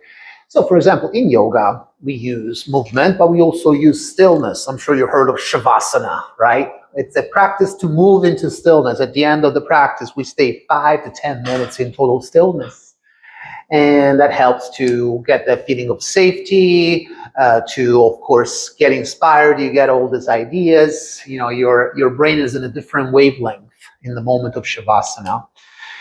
But what I often tell the people that come to my classes and the classes I go to is that ultimately we're not after the pose itself. We're not there to become athletes. We're not there just to perform or to perform at our best. But what we're really after is a feeling. Yoga in and of itself means union. It means oneness. It means like transcending the illusion of separateness, right? At least that's how I interpret the word yoga. So, understanding that love is the ultimate state that we're all craving, right? That's where Jesus the Christ arrived at and taught from in a time of the history that was primarily driven by fear. and also other of the main avatars, Krishna, Buddha, they all set those common denominators. Now, how much power there is in touch itself. For example, now transitioning into the next part is that you teach couples massages, right? Mm-hmm. Partners massage, Yeah. right? So tell me, in your experience, how much the energy field of love itself governs somebody's experience of healing. I don't know necessarily how to answer that other than in kind of maybe a side kind of approach. So Yeah. Most couples want to help their partner experience peace, ease, and they want them to experience joy. Yes. Joy. They just don't know how to do it. And I've worked with a lot of couples, and my goal is I want them to stay together forever. That's like my big goal whenever I'm trying to teach a couples massage, is to help them develop a new way to communicate, a way to be honest with each other with kindness, for them to learn what and how their partner actually wants to be touched. Another thing that I like to focus on is helping someone understand that whenever you massage your partner with the sole intention for them to enjoy themselves with joy, without an ulterior motive or an expectation of reciprocity, it results in like the deepest and most loving kind of love, right? It's very, you feel safe, right? I want to encourage them to both to learn how to be safe with each other and to provide each other the experience it is that they're looking for. And it's touch that is that platonic, and that's really what it is. It's like a platonic touch between the two of them that doesn't have an expectation. Really brings people together. Now, I think there's a lot of reasons why couples have a hard time massaging each other. One is they've never been told that you can touch for the sake of providing joy because you derive joy when they're happy, right? It doesn't. A lot of people don't even realize that. And then they're afraid to massage because they don't want to feel like a fool because they don't know how to massage. And then they're like, I just feel really uncomfortable doing it because I don't know what I'm doing. Or other times they will hurt themselves. So you teach them how to massage so that they're not going to hurt themselves, so they're not hurting their partner, and they're celebrating every second with their special someone, making them the center of the tension, and learning ways to provide them peace, especially whenever their partner may be in a state of pain. I have a thought-provoking question for you. If pain is a subjective experience, or even pleasure is a subjective experience, just like you mentioned, I felt sorry that you had to go through all that pain, but I was not the person actually experiencing the pain. You told me, oh, Andrea, I'm thankful that you are empathizing, my pain, but I wasn't the one feeling it, right? So if we all are individual units of consciousness, we feel pain and we feel pleasure.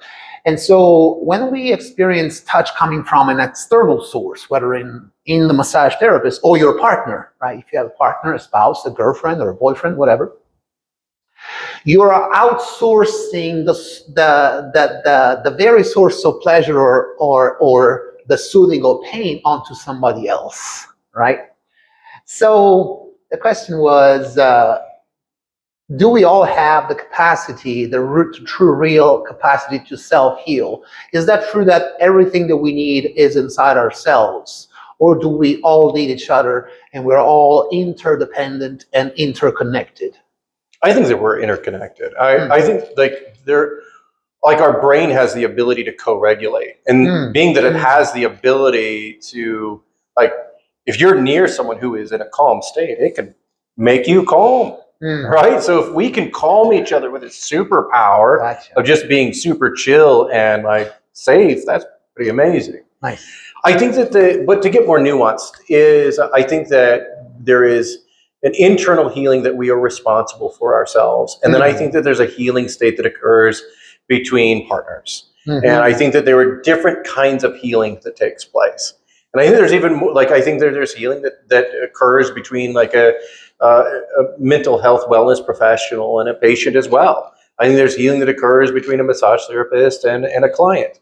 I think there's many ways that we heal with others. But I also think that we have to be responsible for our own healing. And I think, or certain parts of our own healing. And I think some of the most important healing that we can do is through self-regulation. It's through those trials that we have, like in the moment where everything feels like the world is crushing us. And that's because when we experience emotion, that's the only thing that we know. But when we exhibit the ability to self-regulate, we give ourselves a success by overcoming something that may be bothering us in the moment, and that opens a doorway for us to do it again. And when we do it again, we're creating a pattern, and that pattern of successes inevitably will allow us to have the forward momentum and the strength and the willpower to overcome something that is much larger and much more difficult, but we couldn't have ever done it unless we had the little successes leading us up to that point. Very nice. Very nice, very nice. Yeah, I love the concept of the tuning forks. We all kind of co-regulate. That's a beautiful word. Even in a yoga classroom, that's where I go all the time. Yoga is my wellness sanctuary. Whenever I feel discombobulated or and anxious, I know that there's the yoga mat and somebody there to guide me into a beautiful energy field. So the teacher, just like when you go to church, there's the preach or the priest, right? The preacher or the priest that become the attractor field radiating the fragrance of love, right? At least that's the intention. It's not always true, but it can be just performative.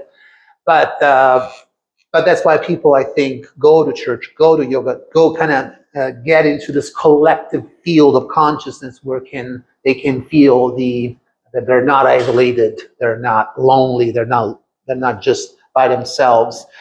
So, what advice would you give couples seeking deeper connection? I think that taking the time there's a lot of ways. Kind of pivoted hard off of the other one. We'll go with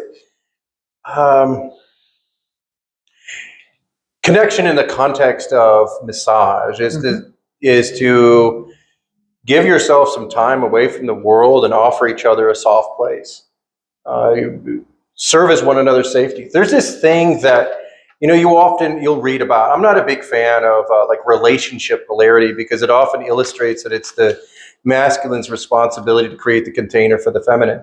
I think that's unhealthy. I think that both partners should be creating the container for one another. Both partners contribute to one another's safety. Both partners look out for each other, maybe in different ways, but they're both in the service of one another.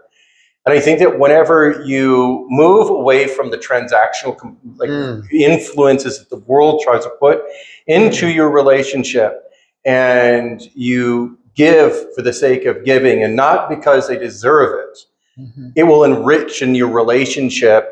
And you'll no longer, because like a lot of times what happens is like one partner may like stop like being nice to their other partner because the other partner doesn't deserve it anymore. Like, you haven't done X to deserve Y. Well, if you remove that deserve component and you do it because you love them, right, then you're going to do it, and you're going to encourage. If you're with a healthy, good person, like if you are with a good person, you're both good people. By giving the positive, by giving love, will encourage love to return.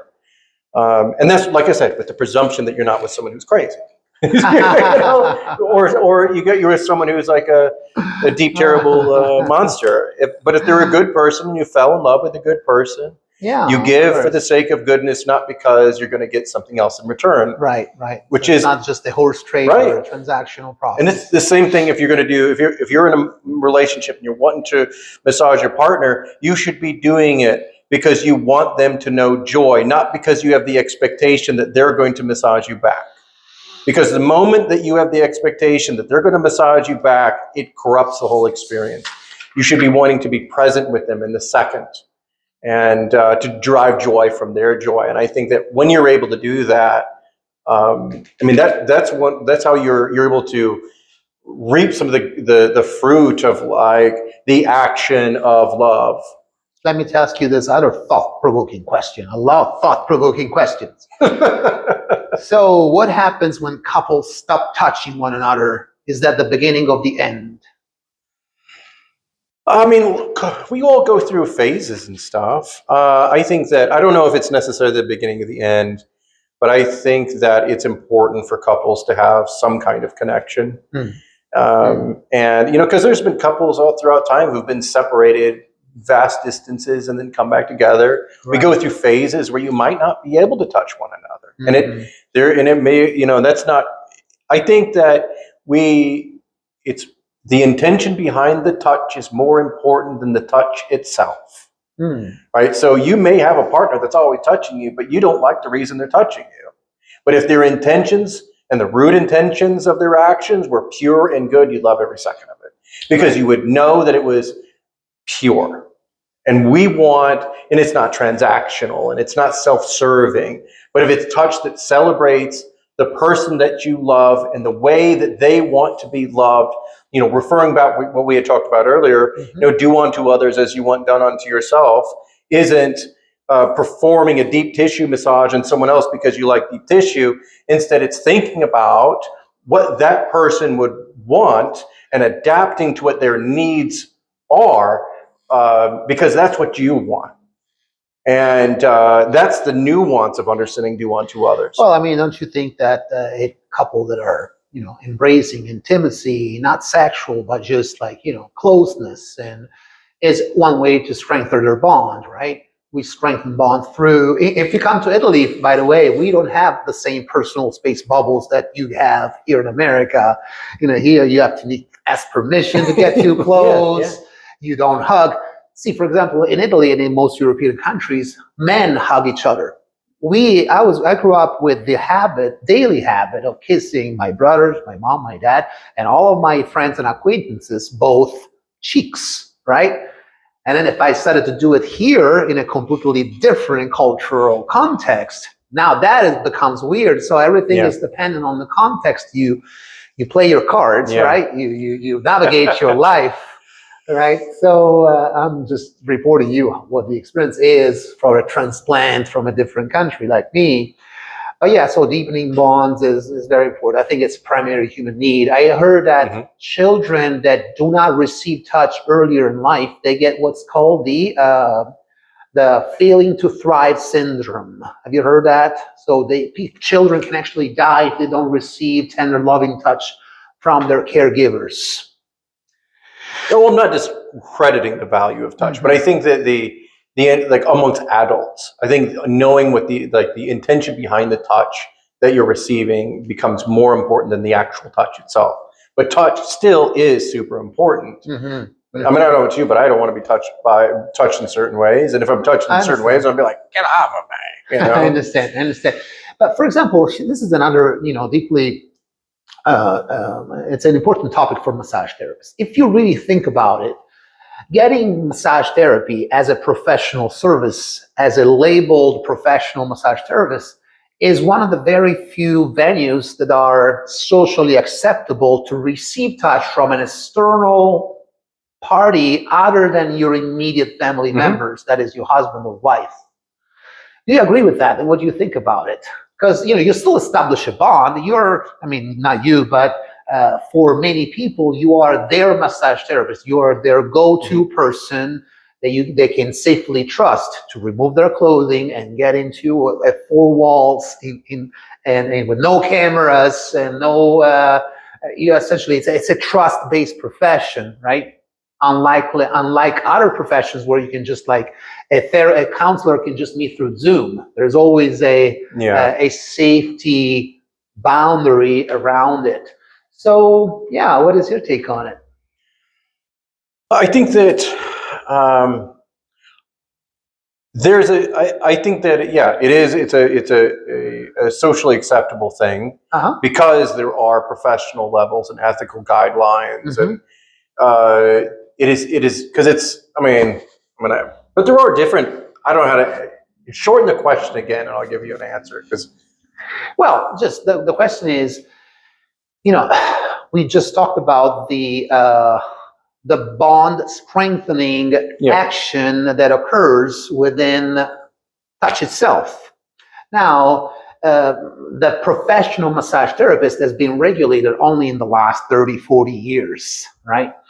before all of this holistic approaches and therapies were not even available, were not even discussed. Actually, it was considered taboo. If I were, for example, if my wife was receiving touch from an unknown other man that is not a member of my tribe, I would become jealous of that person. You see all of this. Yeah, well, massage. It has been around for more about 40. It goes back to about like the 1920s, 1930s. Interesting little details that, like, Swedish massage being more of a marketing moniker more than it being an actual term in of itself, and that it was originally known, I think it was called scientific massage in the books, because there was a college in Chicago, I think it was like the Chicago College of Swedish Massage or something. And I'm not talking about massage in general. I mean, massage as nurturing touches existed since the dawn of time. Since the dawn of time, right? Yeah. But more as a socially accepted, regulated profession. Oh, regulated, yeah, that's really soon. But yeah, I mean, what is my opinion that? Are you asking what is my opinion that it's different, that it separates? Yeah, also because you're a Midwestern kind of person, right? You were born and raised in this particular context, which has its own social rules and laws. It's different, as somebody who is from New York or the West Coast, California, may perceive massage in a different, more sort of relaxed or more liberal place, right? So what is your perception of that kind of the industry itself within the Midwestern social culture environment? I don't know, but I think my limit is probably restricted to my own perception. I think that I don't really know how to answer the question, because it ends up moving outside of, like, because the question is, I think you're asking me, what do you think about the thing that you exist within? Because I haven't existed in other regions to assess it. But I can make a comparison, is that, like, when we look at something like Thai massage, right? Thai massage is a completely different animal. And and it could be completely therapeutic and completely ethical and completely safe. But if you don't know what's coming, it's weird. It's incredibly weird. I've had someone do that before. One time I was expecting a traditional Swedish massage, and they went right into Thai. And I was like, what is happening? Why are you on me? Right. So I think it's really important that no matter where you go, no matter who you're working with, is that people have an idea of what is about to happen. Right. And I think that as a professional, when we help people understand what's getting ready to happen, then absent feels, encourages safety and comfort. The word I was looking for was open-mindedness. For example, yoga is a Eastern practice that has been transplanted into the Western world, and now you have all the Sanskrit terms that are completely foreign to the average Joe. Downward, Adho Mukha Svanasana or Trikonasana, Uttita Trikonasana. You'd have to, again, educate your audience to give them the meaning associated with that particular discipline. Just energy work in general, Reiki. Right? Are you familiar with Reiki? Have you practiced Reiki? Do I practice? No, I do not practice. You do. So you do. I don't do energy work, and I don't do Reiki. Okay. But I understand the concept. You understand the concept, right? But it is a fairly new practice in this Western world that is mostly physically based. When you go to the urgent care, they're not going to measure your energy. They're going to measure your blood work. Yeah. You know what I'm saying?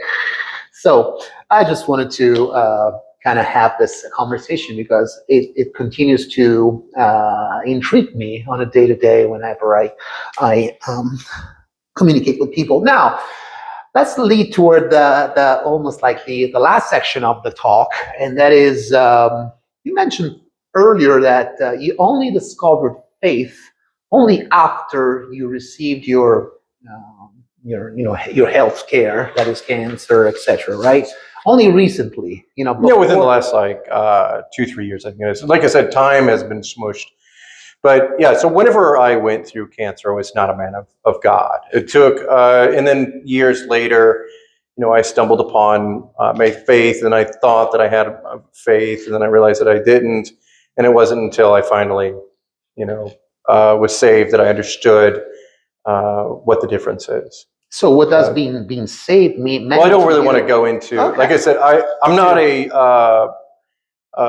a teacher, and I'm not a leader of my faith, and I don't want to be. I don't want to have that as a focus. No, I understand, but at least you know, how did faith actually change your life in the context of who you are today?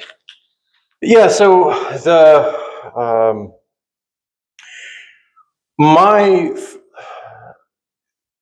I'm getting fatigued. Can we take another break? Oh, sure, absolutely. Well, I mean, if you want, you know, we can skip this section. I don't really want to go into my own faith. Okay, that's all good, and I can tell. So there's. It's just real. It's a personal. Yes. It's a personal journey. I totally understand. We may have an episode 2 if you want. My brain has a different. I need to use the restroom now. Okay, sounds good. We'll see you in a second. There we go. So this doesn't come with me.